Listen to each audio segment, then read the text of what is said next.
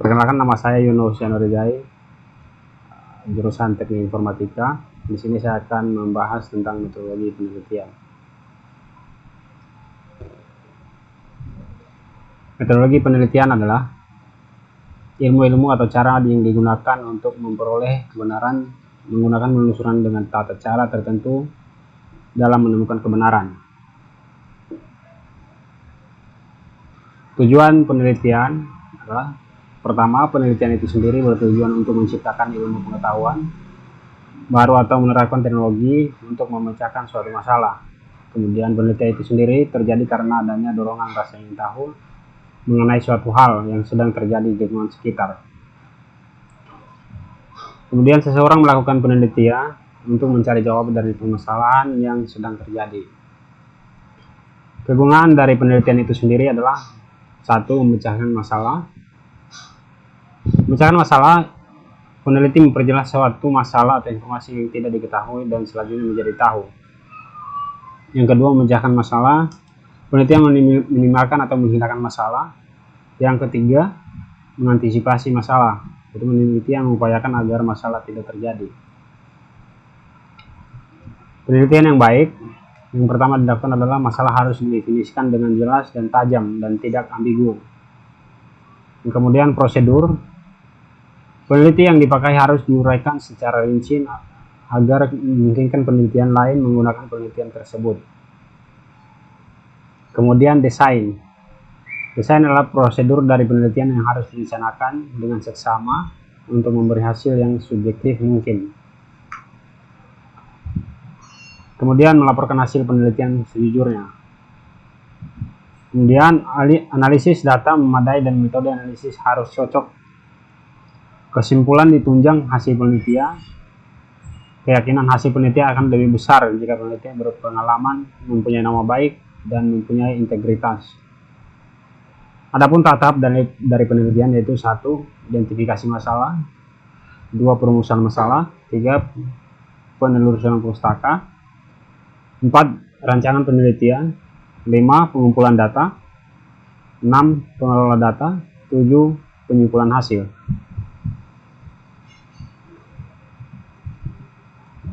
Adapun produk dari penelitian itu: 1. Produk atau inovasi baru yang dapat langsung dipakai oleh industri, bukan hanya sebatas properti. Yang kemudian paten, kemudian publikasi di jurnal internasional. Adapun beberapa cara berpikir ilmiah dalam metode penelitian yaitu: 1. Proses berpikir yang terjadi pada saat menarik kesimpulan dari pernyataan-pernyataan yang diketahui benar atau dianggap benar, biasa disebut dengan penalaran atau reasoning. Kemudian struktur, yaitu penalaran itu sendiri terjadi atas masukan input, proses, dan keluaran. Kemudian penalaran sangat penting perannya bagi peneliti dalam melakukan suatu penelitian. Pada umumnya terdapat dua macam bentuk penelitian, yaitu penelitian dengan cara deskriptif dan juga penelitian dengan cara kausal. Selanjutnya, penelitian deskriptif termasuk dalam riset yang bertujuan untuk menggambarkan atau mendeskripsikan suatu karakter atau fungsi dari suatu hal. Contoh riset deskriptif adalah seperti bagaimana persepsi konsumen terhadap kepuasan pengguna teknologi baru. Kemudian penelitian kausal bertujuan untuk menentukan hubungan sebab akibat dari suatu hal. Kemudian penalaran adalah suatu proses berpikir manusia untuk menghubungkan data atau fakta yang ada sehingga sampai pada suatu kesimpulan. Selanjutnya yaitu fakta atau data yang akan dinalar atau itu boleh benar dan juga tidak. Kalimat pernyataan yang dapat digunakan sebagai data itu disebut proposisi. Penalaran deduktif. Penalaran deduktif adalah penalaran yang berdasarkan pada pengetahuan sebelumnya yang bersifat umum serta menyimpulkan pengetahuan baru yang bersifat khusus. Adapun tahap-tahapnya yaitu teori, hipotesis, kemudian observation, dan confirmation. Seperti contoh, yaitu contoh penalaran deduktif. Itu premis pertama, semua makhluk adalah ciptaan Tuhan. Kemudian premis kedua, manusia adalah makhluk hidup. Yang dimana kesimpulannya dapat kita simpulkan yaitu manusia adalah makhluk ciptaan Tuhan. Lalu contoh dari deduktif silogisme. Yang pertama, premis mayor, kemudian premis minor, dan simpulan. Contoh, semua manusia akan mati. Kemudian premis minornya yaitu Sia adalah manusia, dimana di situ kita bisa menarik kesimpulan yaitu Sia akan mati.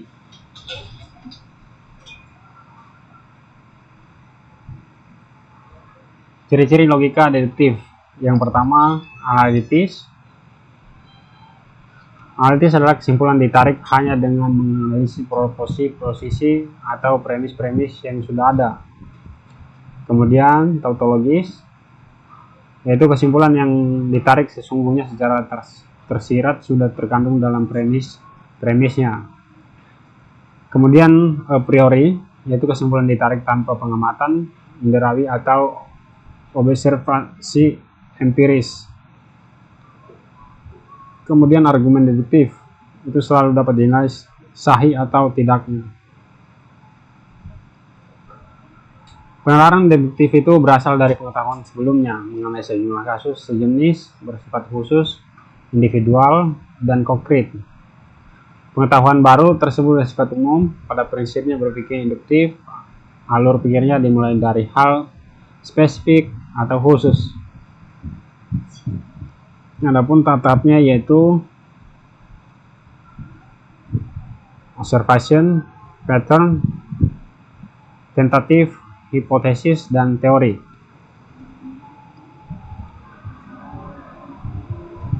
Contoh penalaran induktif. Yang pertama premis 1 yaitu satu apel, satu kertas, warnanya hijau dan rasanya asam. Premis kedua, 2 apel, 2 kertas, warna hijau dan rasanya asam. Kemudian yang ketiga, 3 apel, 3 kertas, warna hijau dan rasanya asam. Kesimpulannya yaitu jadi semua apel kertas warna hijau dan rasanya asam. Tipe-tipe berpikir induktif atau types of induction argument. Pertama, strong induktif argument yaitu suatu argumen di mana premisnya memberikan bukti yang kuat untuk mendukung kesimpulan. Kedua, weak induktif argument, suatu argumen di mana premisnya tidak memberikan bukti yang kuat untuk mendukung kesimpulan. Yang ketiga, good inductive argument yaitu suatu induktif argumen yang kuat dengan premis yang benar. Kemudian sintetis, yaitu kesimpulan ditarik dengan jalan mensintesakan kasus-kasus yang digunakan dalam premis. Kemudian general, yaitu kesimpulan yang ditarik selalu meliputi jumlah kasus yang lebih banyak. Kemudian posterior, atau kasus yang dijadikan landasan argumen merupakan hasil pengamatan inderawi. Kemudian kesimpulan, tidak mungkin mengandung nilai kepastian mutlak atau ada aspek probabilitas.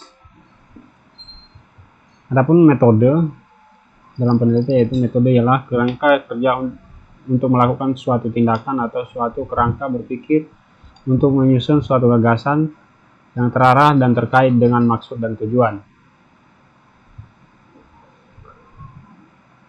Metode ilmiah atau proses ilmiah merupakan proses keilmuan untuk memproses pengetahuan secara sistematis berdasarkan bukti fisik.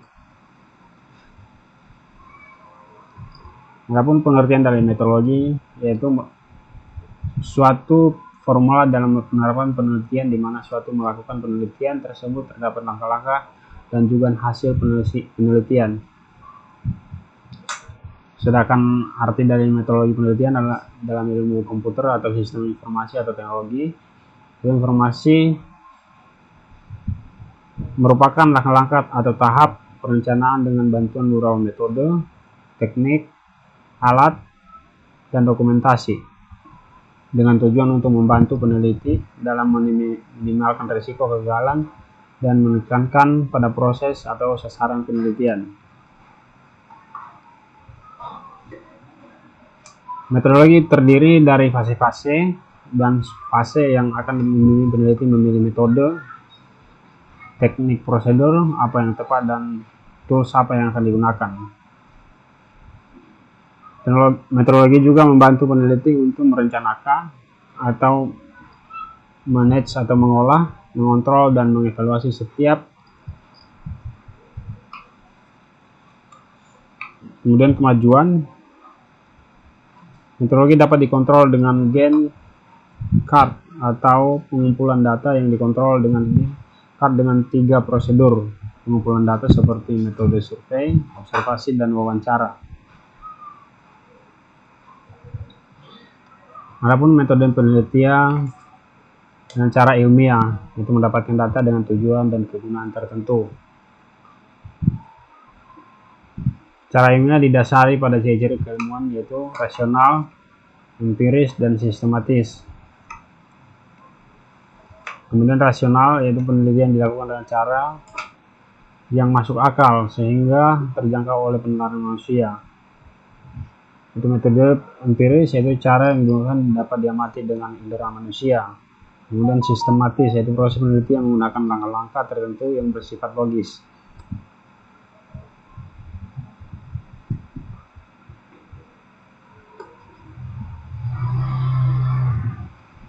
Adapun berbagai kriteria yang dapat digunakan untuk sukses suatu sistem informasi yaitu 1. Penggunaan komputer yang dominan, dokumentasi yang baik, harganya yang paling murah, waktu implementasi yang singkat, kemudian yang mudah beradaptasi, kemudian penggunaan teknik dan tools yang baik dan disukai oleh pengguna.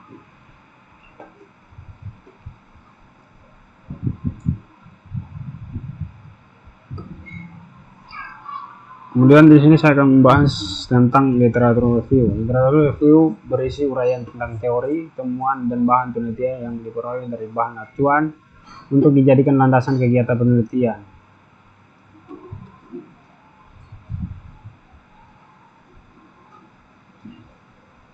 Kemudian penelusuran pustaka, yaitu penelitian dimulai dengan penelusuran pustaka yang berhubungan dengan subjek penelitian.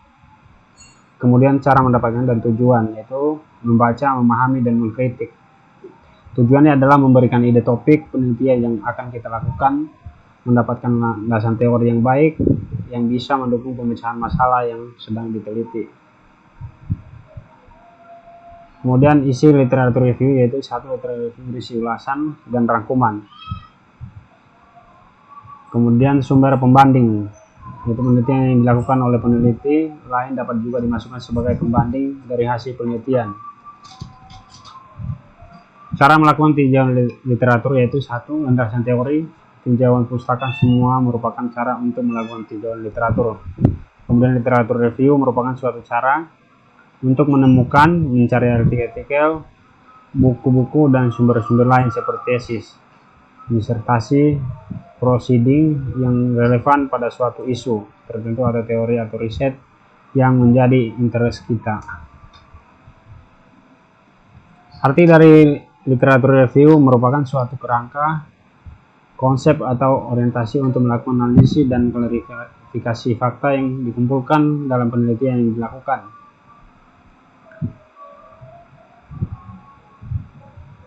Tujuannya adalah agar orang lain bisa melakukan pengulangan terhadap penelitian yang sama.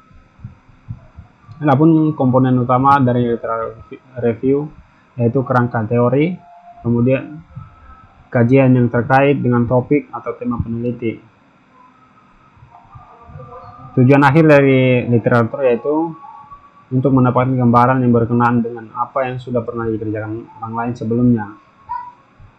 Kemudian gambaran itu terkait dengan isu yang diteliti, namun yang perlu diingat adalah jangan membahas isu yang sudah kadaluarsa. Kemudian aspek literatur review. yaitu survei artikel yang terkait dengan isu yang kita minati, kemudian berikan evaluasi, ringkasan, gambaran-gambaran yang ada.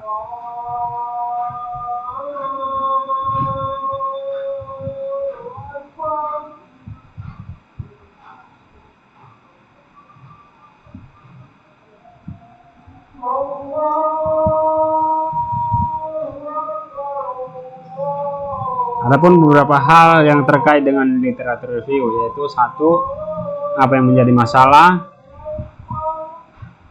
dan kenapa masalah itu penting untuk dipecahkan. Kemudian apakah masalah tersebut telah ditemukan.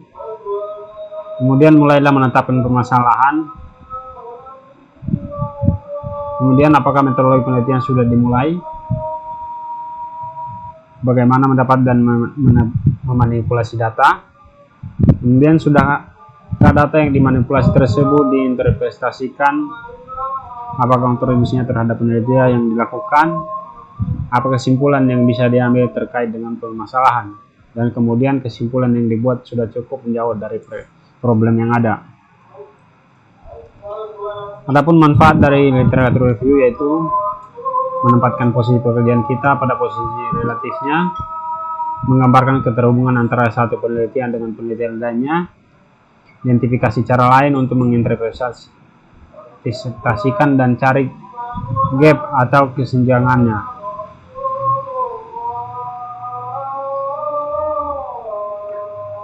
Langkah-langkah dari literatur review yaitu satu, formulasi permasalahan, cari literatur, evaluasi data, analisis, dan interpretasikan. Untuk mereview sebuah literatur, kita bisa melakukan dengan beberapa cara, antara lain mencari kesamaan, mencari kebersamaan, memberikan pandangan, membandingkan, kemudian meringkas.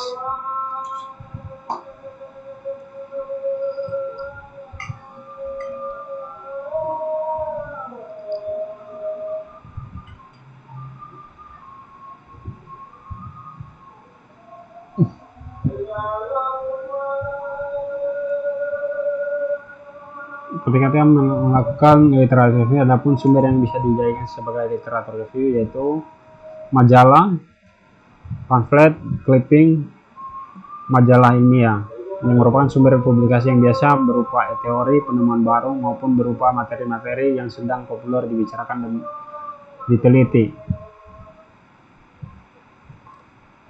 Adapun desain dari peneliti yaitu merupakan pedoman dalam melakukan proses peneliti, diantaranya dalam menentukan satu, instrumen pengambilan data, dua, pengukuran, yang ketiga, penentuan sampel, yang keempat, pengumpulan data serta analisis data. Kemudian kita meriset eksperimen, yaitu untuk menggambarkan riset eksperimen bisa dilakukan pada dua kelompok, di mana kelompok satu disebut kontrol tanpa diberi perlakuan apapun, sedangkan pada kelompok kedua diberikan perlakuan atau treatment. Diasumsikan kedua kelompok ini sama. Ya, seperti contoh yaitu peningkatan hasil belajar mahasiswa menggunakan e-learning dengan yang tidak menggunakan e-learning. Kemudian kuesi eksperimental, yaitu juga termasuk dalam eksperimental riset namun tidak punya kontrol.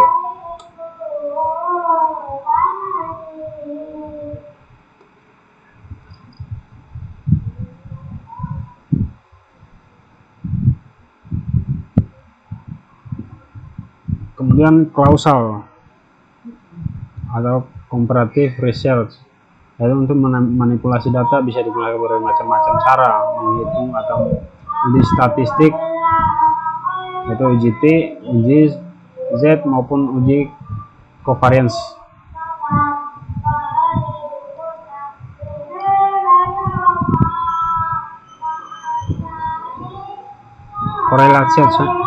Correlational research, yaitu pengukuran dua variabel, determine degree of relationship between them, kemudian coefficient korelasi, deskripsi dan prediksi dari setiap hubungan.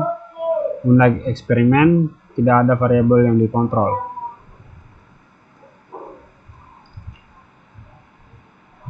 Kemudian survei research, yaitu peneliti survei termasuk di dalam peneliti yang bersifat kuantitatif untuk meneliti perilaku suatu individu atau kelompok. Peneliti survei adalah peneliti yang mengambil sampel pada satu populasi dan menggunakan kuesioner sebagai alat pengumpulan data yang pokok.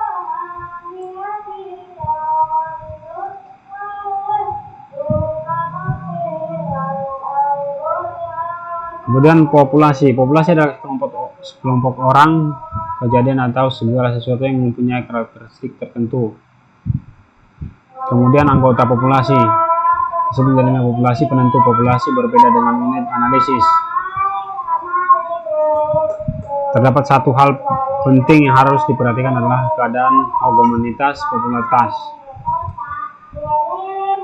Kemudian dalam pemilihan sampel, adapun hal-hal yang ataupun alasan yang dilakukan peneliti dalam pemilihan sampel atau pengumpulan sampel yaitu satu, jumlah elemen populasi relatif banyak.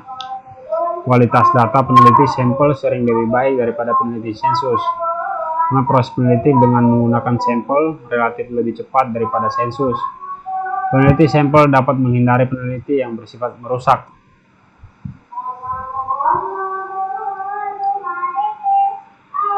Atau pemilihan sampel yaitu research sampling atau study sampling berguna untuk mencari dan meneliti sebagai kecil dari objek, situasi atau peristiwa sebagai individu yang diselidiki dalam penelitian tersebut disebut sampel atau contoh.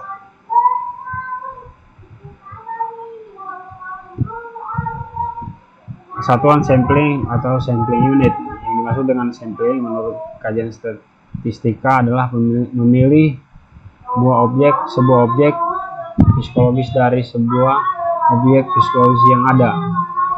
Adapun arti dari sampling adalah memilih sebuah objek psikologis dan sebuah populasi berukuran N.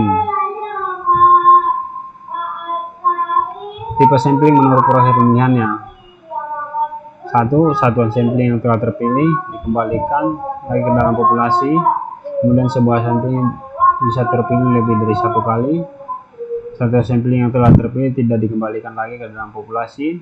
Tidak ada kemungkinan suatu sampling terpilih lebih dari sekali.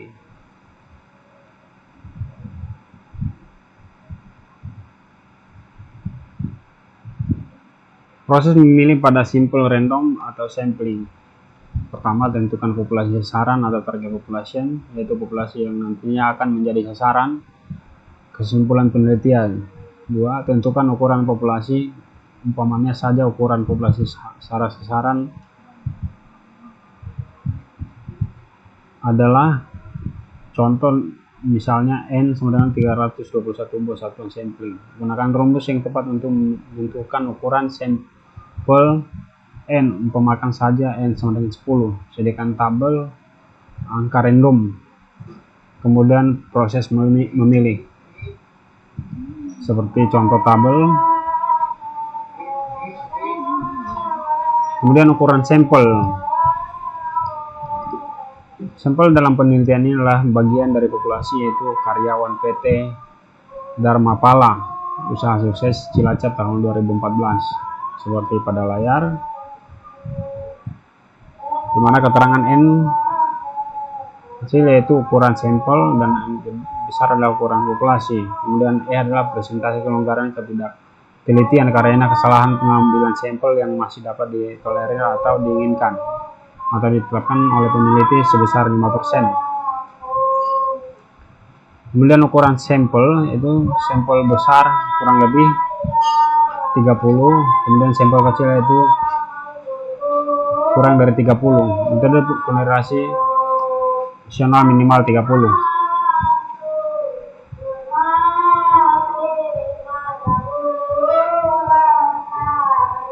Kemudian action research, yaitu cara melakukan masalah pada saat yang bersamaan.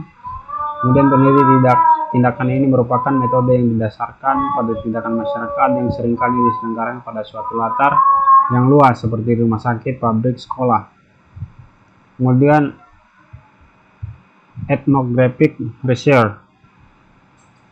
Penelitian etnografis adalah penelitian yang memfokuskan diri pada budaya dari sekelompok orang, umumnya penelitian etnografi meneliti tentang budaya secara umum. Penelitian etnografik hampir sama dengan action research. Namun, penelitian ini lebih terfokus pada organisasi yang mendefinisikan group of people. Misalnya kajian tentang pembagian irigasi di Bali, masyarakat yang berkumpul untuk pembagian air ke sawah. Kemudian case studies research. Studi kasus merupakan penelitian yang memusatkan perhatian pada suatu kasus tertentu dengan menggunakan individu atau kelompok sebagai bahan studinya. Kemudian penggunaan penelitian studi kasus ini biasanya difokuskan untuk menggali dan mengumpulkan data yang lebih dalam terhadap objek yang diteliti untuk dapat menjawab permasalahan yang sedang terjadi. Kemudian case studies research, yaitu peneliti studi kasus datanya harus berupa data primer. Data ini dapat dikumpulkan dalam bentuk dokumen yang telah divalidasi dan dilakukan verifikasi konfirmasi data ke primary source-nya. Dan dalam hal ini perlu dicari data primernya. Kemudian sumber data yang diambil dari tesis atau disertasi tidak bisa digunakan karena data tersebut bukan data primer. Kemudian kita bisa mencari pemecahan studi kasus tersebut dengan cara membangun pola dari studi-studi yang telah ada. Demikian presentasi saya untuk materi metodologi penelitian. Bila mana banyak kesalahan saya mohon maaf dan diberi makluman. Sekian dari saya, terima kasih.